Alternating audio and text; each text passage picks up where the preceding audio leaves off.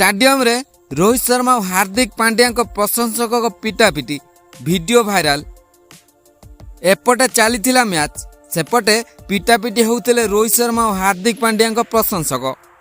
नमस्कार दर्शक बंधु, आरंभ हो सारी विश्वर सबुठारु धनी तथा लोकप्रिय cricket league Indian Premier League उद्घाटन उत्सव में मुहांमुही होते चेन्नई एवं बेंगलुरु, जो सीएसके दमदार विजय हासिल करथिला। परे रविवार मुंबई इंडियंस और गुजरात टाइटन्स मध्य मुकाबिला होइतिला। रोमांच भरा मैच रे निश्चित विजय मुकाबिला परास्त होइतिले हार्दिक पांड्या नेतृत्वाधीन मुंबई इंडियंस। संघर्षपूर्ण मैच को मात्र 6 रन जीति नहीं सुमन गिल नेतृत्वाधीन गुजरात टाइटन्स। किंतु यही मैच रे एमिति किछि दृश्य देखा मिलता जहाँकि क्रिकेट प्रेमी को व्यथित करिछि। मैच चलथिबा बेले मुहांमुही होइतिले गोटिए दलर प्रशंसक। निज निज मध्य चलीथिला खंड युद्ध।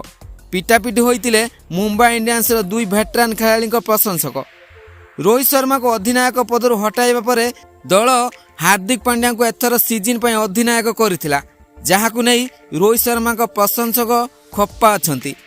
सोशल मीडिया रे हार्दिक पांड्या को तीव्र समालोचना मध्य करा जायछि। तेबे रविवार मैच चलथिया बेले दुई खेलाड़ी प्रशंसक मुहांमुही हो जाइथिले।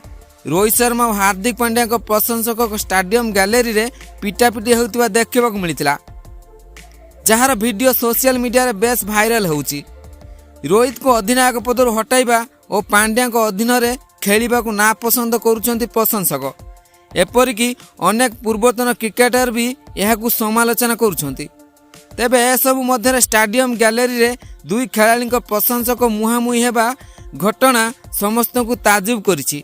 तेबे ए वीडियो रे केते सत्यता रहिछि ता जणा पड़ी नाही।